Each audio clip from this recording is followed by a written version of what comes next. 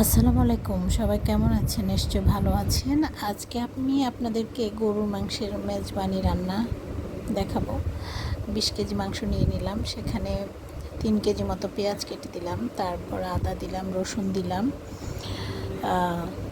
আলু বখরা দিলাম, দই দিলাম এবং কিছু বাটা নারকেল দিলাম।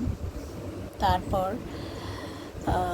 দারচিনি, এলাচ, লবঙ্গ, তেজপাতা দিলাম। তারপর দিলাম সয়াবিন তেল, মরিচ, গুঁড়ো মরিচ এবং গুঁড়ো হলুদ। আপনার হাতের মুঠোর 2 মুঠো করে দিবেন এবং জিরা, গোলমরিচের গুঁড়ো, টমেটো সস, সয়া সস সব কিছু দিয়ে ভালোভাবে হাতে মেখে সবগুলো একসাথ করে ভালোভাবে মেখে ম্যারিনেট করে তারপর চুলায় বসিয়ে দেব এবং কোনো পানি দেওয়া হবে না।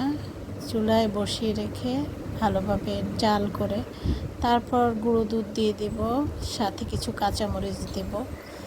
তারপর হয়ে যাবে আস্তে আস্তে অল্প আঁচে মেজবানি গরুর মাংস রান্না। সবাই এইভাবে রান্না করে খাবেন। কোনো ধরনের ঝোল, পানি কিছুই দিবেন না, মাংস থেকেই পানি বের হবে এবং ওই পানিতেই মাংস হয়ে যাবে। সবাই ভালো থাকবেন, এভাবে রান্না করে খাবেন। ধন্যবাদ সবাইকে। আসসালামু আলাইকুম।